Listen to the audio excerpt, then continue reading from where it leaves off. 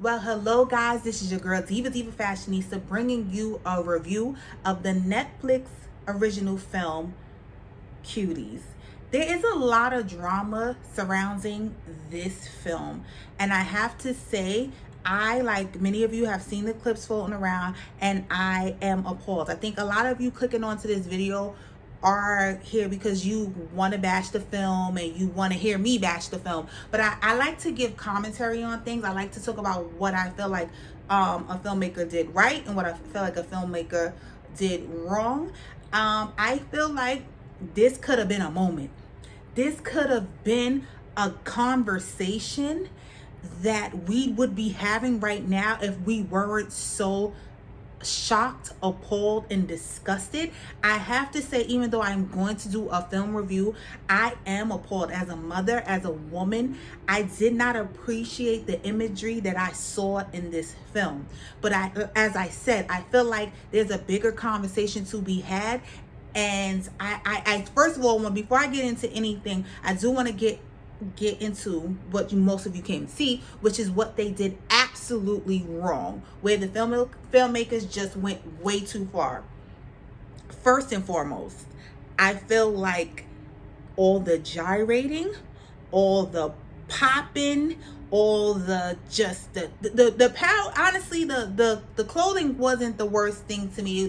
The clothing, the crop top, the tight, like that wasn't too risque. That's not something out of what we would see probably young girls who are trying to push the envelope wearing. But I just did not enjoy seeing young girls popping and gyrating. As a mother, I would not have allowed my child to be in a film like this. That was my question. Like, what was the casting call? Who allowed their child? Like, I couldn't see it. I couldn't do it. I feel like had this been tastefully done, we would have had this film would have been excellent. I actually feel like the writing, the way the plot moved along, I feel like the storyline all together was a good plot line. It was a good story. The execution sucked. That sucked for me.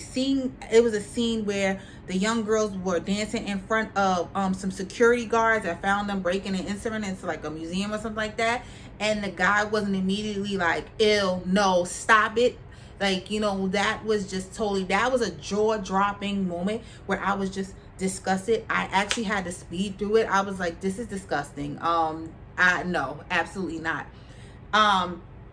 The dancing at one point, when the main character Amy, she's become her new self, and she's actually teaching her friends how to pop their butts.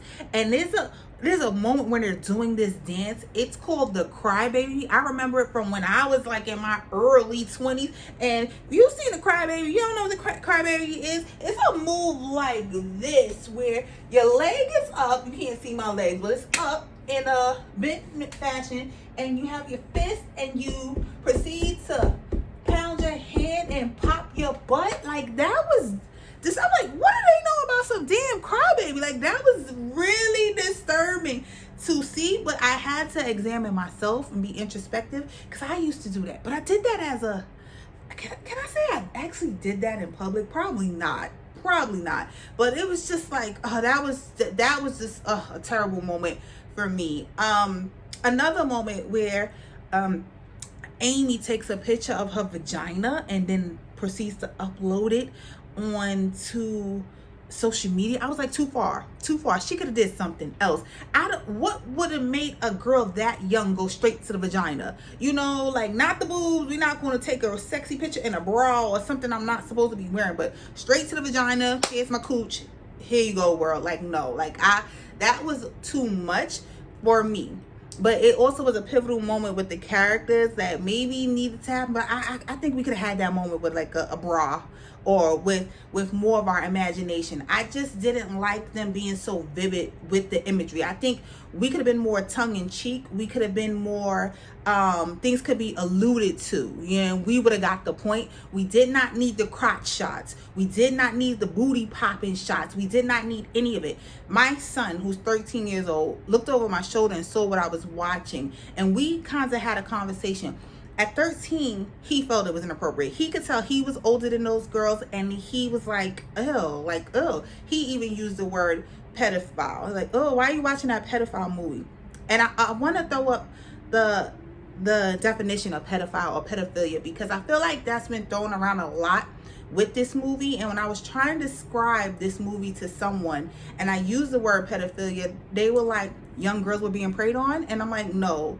Well, young girls being victimized by men? I'm like, no. Well, I said they were just dancing provocatively. And it's like, well, they dancing provocatively in front of men. I'm like, maybe in just one scene. So when we use a word, I just think that we need to be careful and specific in what we're saying. They weren't being used in the movie for the sexual gratification of men in the movie. Now, can this movie be used as sexual fodder? It absolutely can. It absolutely can. Will somebody who has ill intentions, who are attracted to young girls, watch this movie and get some type of creepy, disgusting satisfaction? Yes, they will. So that is why I feel like we should have, well, the filmmakers should have been a little more tasteful in the way they show these girls. An example of this is like dancing dolls. If you look at that type of culture and what these girls are doing, they are bucking and twerking and gyrating. They don't actually get down on their knees and like spread their legs like what was happening in this movie, but they jump in the air and throw V's and all type of splits and things like that. That can be deemed sexual. Like if I'm a person, a pedophile, I will find joy in this. I will watch this and be like, but what I will say is that what Lifetime did well is that they did not show us crotch shots. They didn't zoom in on the boobs when the girls are shaking. Like they tried to be a lot more tasteful and show more silhouette and more show like the dance moves. We didn't see their booties wiggling and jiggling. We didn't see their crotches exposed on TV. And I think that the filmmakers could have done is had them dancing still, give them dancing sexually, but maybe we zoomed in on their face. Maybe we just got the point of what they was doing. I really also did not enjoy all the fingers in the mouth, all of this. What was that? Like, I never in all my 11 years thought to put my finger in my mouth to be cute. Like I never thought that was cute to do for anyone. I want to give a brief synopsis of what the movie is about. It's a coming of age story. A young girl named Amy moves to a new apartment with her mom, and I'm under the impression that this is a housing project. I don't know if it's a housing project in the sense of how we have housing projects here in New York City, or if it's just a housing complex that's for lower income. I do not know. But she moves with her mom and her two younger brothers, one of her younger brothers being a baby, and her mom, I'm getting that her mom is distracted. And that's something that I also could relate to, where there's times my mom was a woman. Like she wasn't just my mom, she was a woman. And sometimes you go through things that are devastating. And sometimes you don't have the strength to get out of bed. You don't have the strength to parent. You don't have the strength to function in everyday society. And we see her mom go through that. And it seems as if she forgot to parent her daughter, so she can't see the signs of her daughter's changing drastically. She can't see it, and she's not being a good parent to her child. She's providing the rules, she's feeding her, but she's not paying attention to the cues that her daughter is giving her, and that is totally dangerous because her daughter begins to spiral out of control. Her daughter is at a new school, because you're in a new place. So now you're in a new school, and I believe this takes place in London because they seem to be speaking French. So you guys feel free to correct me if I'm wrong. But I liked the cultural mix because her group of friends are of different ethnicities. And she goes to the school, and at first she's just outside. She's quiet. She doesn't really speak to anybody. And she sees these young little promiscuous, hot in the pants little girls, and she wants to be friends with them, and she wants to be a part of their dance group once she discovers that they're dancing. Even though they're dancing in a very suggestive way, she wants to be a part of that. So she was willing to stop at almost nothing to be accepted by these girls, even though these girls ain't it. these girls ain't it.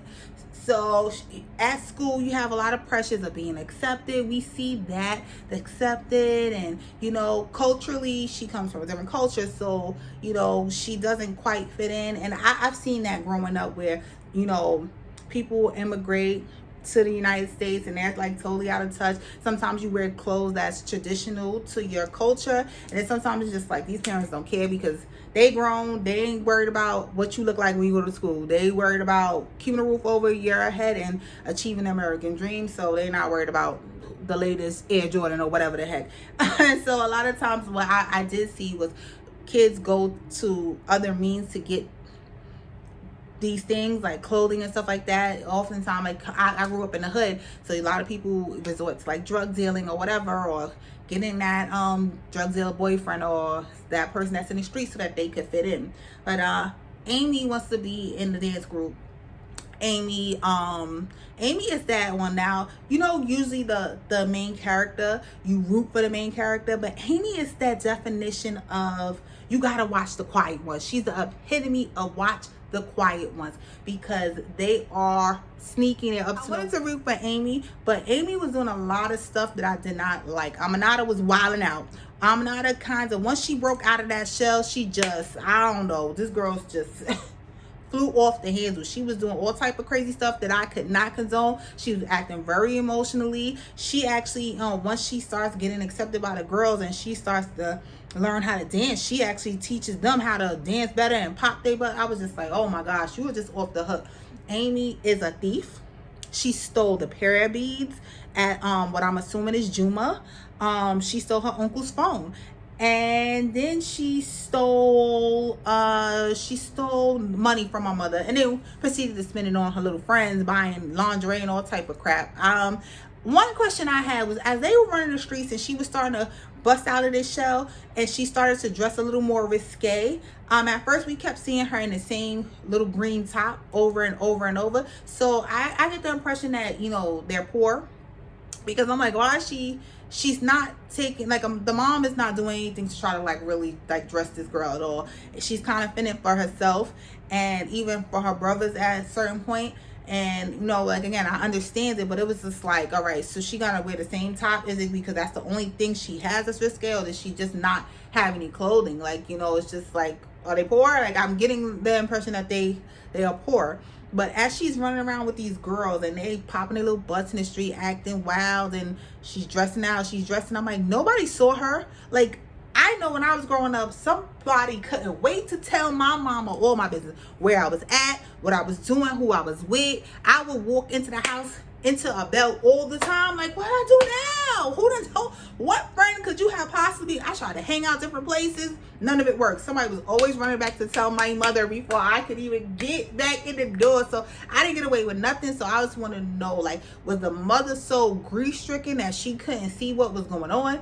Or was it this, that, like, she just, I don't know, no one knew them to tell? Like, that was just kind of weird to me, because I'm like, somebody would have told on this girl running around in them little crop tops, little tight little booty shorts. But the dad is getting married and she's not taking well, the Aminata's not taking it well, the mom is not taking it well, and the drama that it causes in the house with them preparing for this new bride to come, the dad, because he's not there yet, but he's going to come and live in a new apartment with the new bride, and how it's affecting the family, and how this young girl who's now in school, how she's going through her growing pains and how she's becoming herself. They keep referring to her becoming a woman, but I'm sorry, period or no period, 11-year-old is not a woman.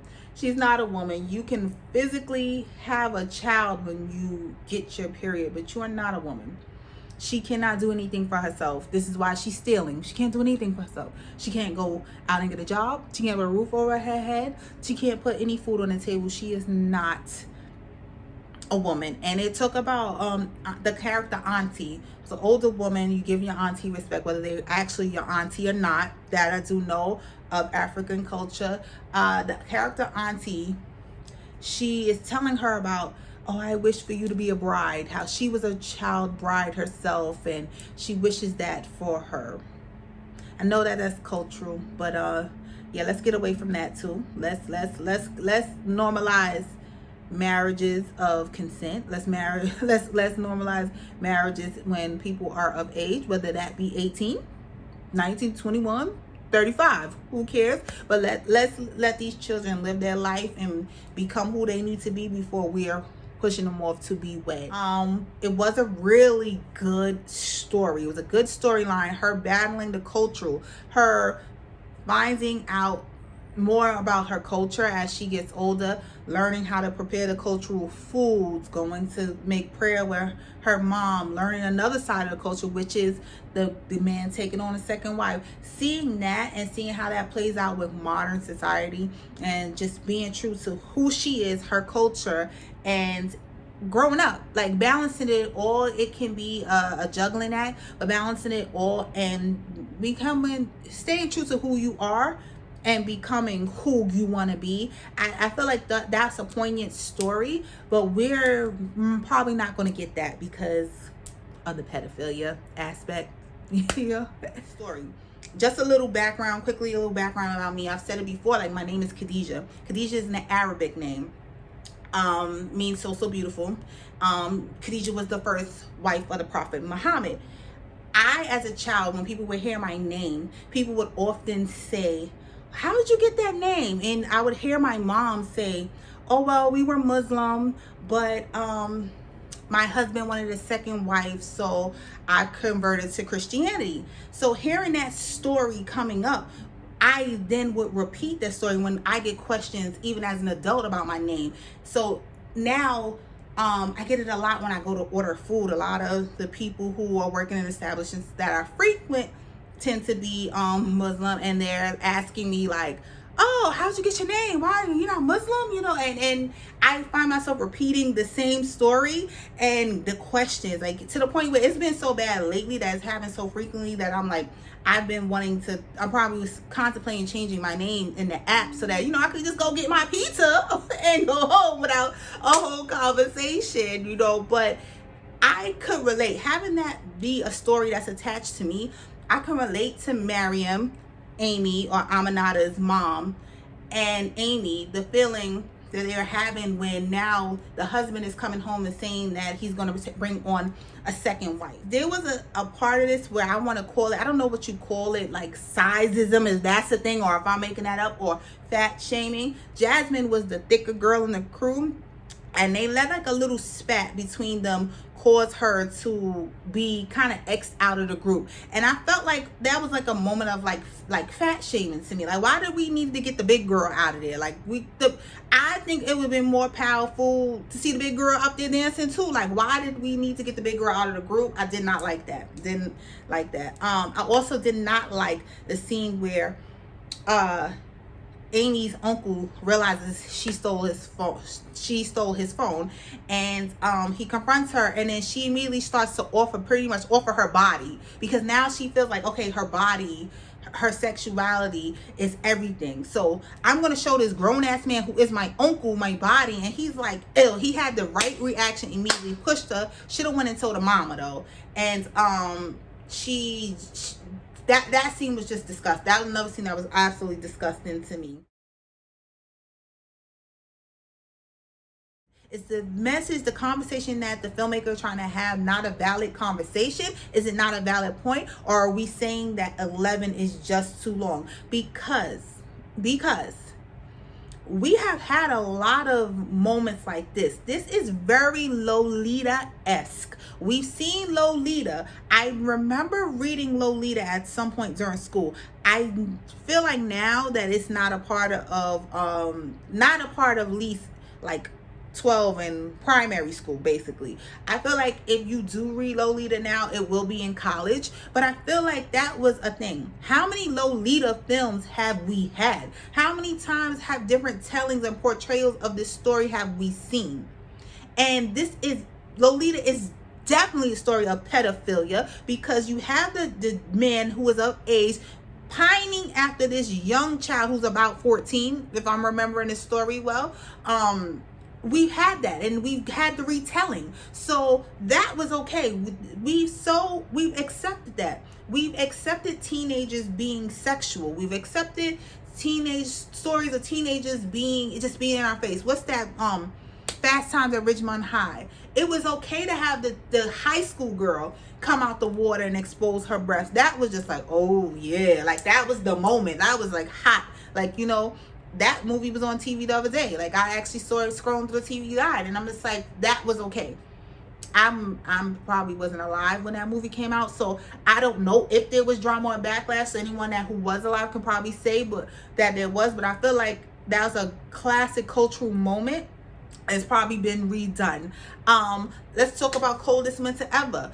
People love the Coldest Winter Ever. People have been begging since remember on social media, I've been seeing people begging to have the Coldest Winter Ever turned into a movie. Winter was all of 15, 16 throughout this book, doing God knows what. But we were okay with that. We were okay with her trying to sleep with Midnight. You know, we were okay with that. We want to see that. That's one of those things that people beg all the time. Please that's my favorite book. That's my favorite book. Please turn it into a movie.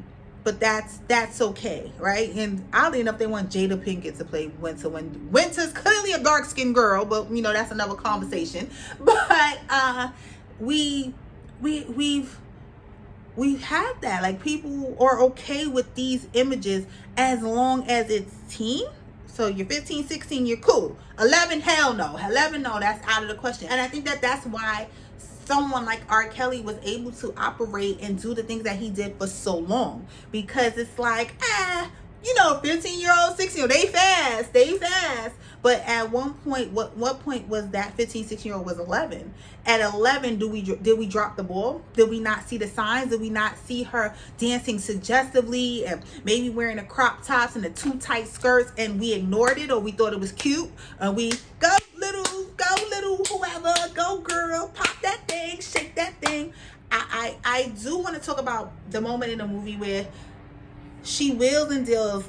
This girl, you gotta watch Amy, because she actually pushes the big girl into the water to get to be into the competition, and the girl could have drowned. We don't even know what happens to the girl, because we don't even get that resolution. But she goes and she's into the competition and she dances. Now at a certain point, she starts to hear her mother's voice singing, I believe Wolof, and her head, and she sees the reaction of the women, and I have to say the black women in the crowd, like, shaking their head. And a minute when they first started dancing, people were clapping and cheering them on, but as they start to do their routine and it's overly sexual, even the judges are like, everyone is just like, all right, like it's too much, it's too far. And she gets the point and she breaks down and she starts to cry. She freezes and she runs off the stage and she runs home, where of course now we're having the wedding. And she goes and she changed her clothes. She doesn't put on her dress that they brought, beautiful dress, traditional dress that they brought for her to wear. She comes actually down. She has her hair blown out, and nice little wash and go. It was looking thick and healthy, beautiful. And she has a long sleeve red shirt and some jeans on, which is very appropriate, way more appropriate than anything I pretty much saw her wear for an 11-year-old. It's in style, it's appropriate. She comes out and she sees some wedding guests. Some of them are in the traditional garb and they're playing, they're having a good time, and they're jumping rope, and they say, you want to jump rope? And you know, even to this day, like I've said it before, like, we've gotten away from jumping rope, and she does something so childlike, it's so innocent, and the movie ends with her jumping the rope. But I feel like she had a revelation that this is not where she needed to be. This is not her. This is not appropriate. And she goes and be the child and have the childhood that she should have. So I did like how they wrapped up the movie. I think that was poignant. But again, all of this gets lost in the crotch shots, the booty shots, and the gyrating. The movie was good. I have to say that this was a good story. If we can edit it, if we can go back to the drawing board, take this version off, burn it, let's make it a lot more innocent. Tell the story. The acting was phenomenal. I did not believe anybody in their role. Everybody conveyed the emotion. I loved the auntie character. I loved even her little friends. They gave me little Tatianas. I got that from them. They played their role well. I just would not allow my child to be in this type of movie. I feel like I've chatted enough. I hope that I was able to get across every point that I wanted to get across. Let me know if you watch this movie. If you plan on watching this movie, if you don't plan on watching the movie, I can totally understand. I don't feel like Netflix needs to be banned. You can't get me on the board on with the ban, and I wasn't with it with Monique, and I'm not with it now. I just think that this movie should be heavily edited so that we can tell the story and have the conversation that needs to be had without the indecent, exploitive material. That's all I want to say. Child pornography, pedophilia, none of that is okay. None of it is okay. If you're a child, if you're a young teenager and under the sound of my voice, it's okay to be a child. It's okay. You will have your time. And even when you have your time, I'm pretty sure you don't want to pop your butt and shake your crotch for anybody. I don't know. With all these Ari Parkers and all these other people, I don't even know if I said that child's name right. But with all this, even WAP that we've seen, you never know what people are looking up to and what they find cool. It's cool to be yourself. It's cool to have manners, to be tasteful.